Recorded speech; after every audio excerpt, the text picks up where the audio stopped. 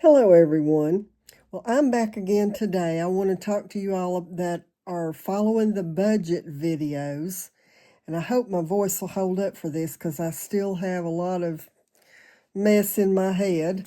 So, anyway, I wanted to talk to y'all today about where you can find extra money and and when I say where to find extra money, I mean you might go through your house and find several dollars in change, down in the couch, thrown in a drawer. You just some people throw their change into a jar or something. You might be surprised how much money you would find just in loose change in your house. But that's not where I'm going today. I want to talk to you about some things that are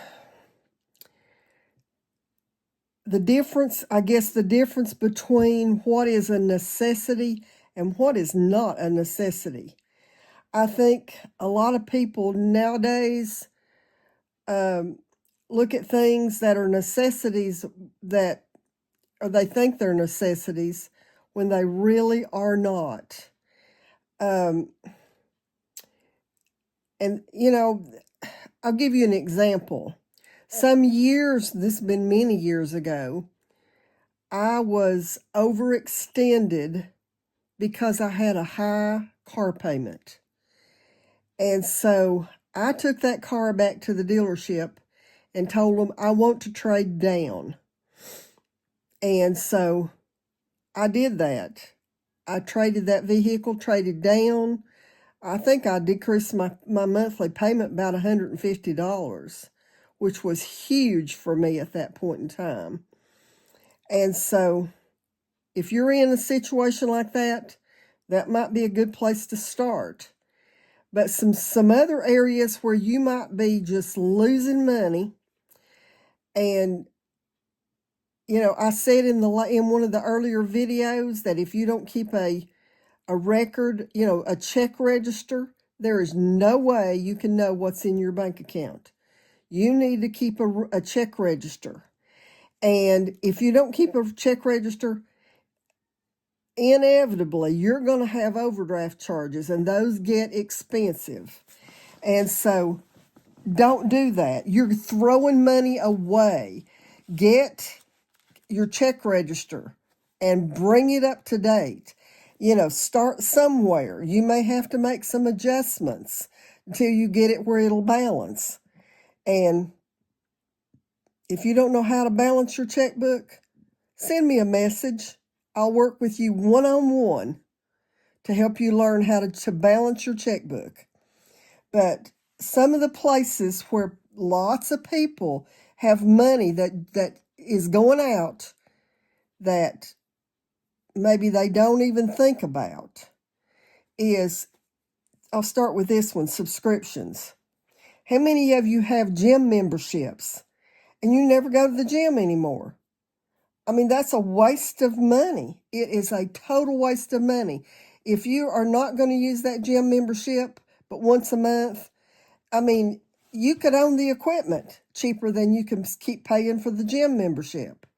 Get you some stretch bands and, some things to do at home and eliminate that gym membership for a while. I mean, these are things that are not permanent, but if they'll help you get to the point where you are in a better financial situation, then cancel it for a while. Magazine subscriptions, although a lot of people don't have magazines anymore, I do. I love my magazines, especially my homesteading and stuff like that. I like the magazines. I don't have a whole lot of them, but the one or two that I do have, I enjoy, and I enjoy reading, so I have a Kindle membership. But I use it. I read constantly. These last 11 days now that I've been sick, whenever I've been able to stay awake very long, I didn't have the energy to get up and do anything else, so I've read a lot. But cancel those subscriptions for a while. And then another area, not everybody needs unlimited cell phone plans. Unlimited text and unlimited calling and all that stuff. It's not necessary. Evaluate your plan. Look at it and see how much are you actually using. And cut the strings. Cut the cord, so to speak. If you're not using it, don't pay for it. Eliminate or reduce your cell phone plan. I mean, if pay attention to your minutes each month. If you reduce your plan down so that you don't have that many minutes, let the people that call you the most often know that you're reducing your plan for a while and that you won't be able to talk on the phone and that you won't be able to text. And then pay attention. And throughout the month, whenever you're, if you get close to your minutes, turn it off. I mean, it's simple. Don't pay for unlimited text and talk if you don't use it. And then another area, and I may have touched on this before, if you have credit card debt, call that credit card company and ask for a reduced interest rate, especially if you have made payments, even if it's just a minimum payment, if you've made your payments on time every month for, say, 8 months or a year, call that credit card company and say, hey, I've paid my payments on time. I feel like I deserve a better interest rate than this. And all they can do is say yes or no. And a lot of them will give you 6 months or a year of a reduced interest rate. That's money in your pocket. That's money that, you're saving that much on interest. Apply that to the balance. Okay, then another area, and ladies, I'm sorry, I go to the beauty shop once in a while, but weekly trips to the beauty shop for nails, for, to get hair done, stuff like that. If you're in a financial situation where you're struggling to pay your bills and put groceries on, in your house, it's not a necessity. Learn how to fix your own hair. Mine needs it right now, don't it? That's what happens when you've been in bed for 10 or 11 days. But anyway, I had mine all cut off short because I'm fixing to have surgery and I know I won't be able to do anything much with it. So, but learn to do your own hair. Learn to do your own fingernails. That $30 or $40 or $50 that you spend or more to have nails done, you can buy the whole kit to do your nails probably 10 or 15 times for what you pay for 1 or 2 times in a nail salon. So that's not a necessity. I'm sorry, but it's just not. And no, I'm not sorry. It's a fact. So, when you're in a financial situation where you're struggling, it's time to take, for a reality check. And that is a reality check. And then the other thing is, if you are paying for cable TV, or if you're paying a whole lot for streaming services, there's all kinds of free TV on a Roku. Or I think there's one other one called a Kodi or something like that. And then I think Amazon Prime has some kind of something, I don't know. But anyway, that's not a necessity. Satellite is not a necessity. Cut it. And I know, husbands and kids and all that, they're going to scream, but they'll get used to it. They will find something. If you've got a Roku, there's way too many free channels on there. They will find something to watch, I promise you. And so, and like I said before about the other stuff, I'm not talking about permanency. I'm talking about cutting this stuff until you're in a better financial situation. Cut it until you can pay some things off. It wouldn't hurt to pay it, to cut it until you're debt free. And so, and I think I mentioned this before, but, look around your house. We've all got things that we could sell. I mean,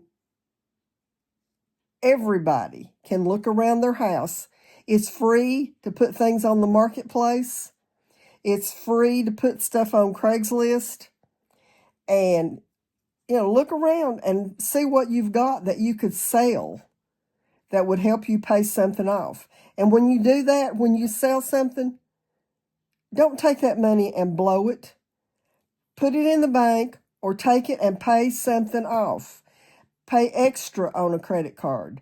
Look and see which one of your bills has the highest interest. And when you've got a windfall amount, an income tax refund, something like that, look at the bill that has the highest interest rate and pay that bill off. That's where you're going to get the biggest bang for your buck. That's where you're going to save the most money. And then this is the last one on this list, may not necessarily be the most important one on the list, but if it's feasible for you to do so, find a part-time job. Take dog sitting, dog walking, babysitting. I mean, if you can't go out and get a job somewhere else, get a babysitting job. Get a job where you can clean somebody's house, where you can mow somebody's yard. I mean, around here, I know there's lots and lots of people that, pay somebody to mow their yard. My grandson made big money mowing yards and landscaping and doing, he had a full-time business when he was 16 years old. So these are just some ideas. And like I said, if you've got questions, if you don't know how to do some of this stuff, my email address is under the video. Send me a message. You don't have to put it in the comments if you want to keep your information confidential, but send me an email. I've done this many times helping other people and, had to go through it the hard way myself many years ago. So I'm speaking from experience. You can do this. So anyway, I'm going to get off of here. My voice is getting dry and I know it's about to go. So until the next time, God bless you all.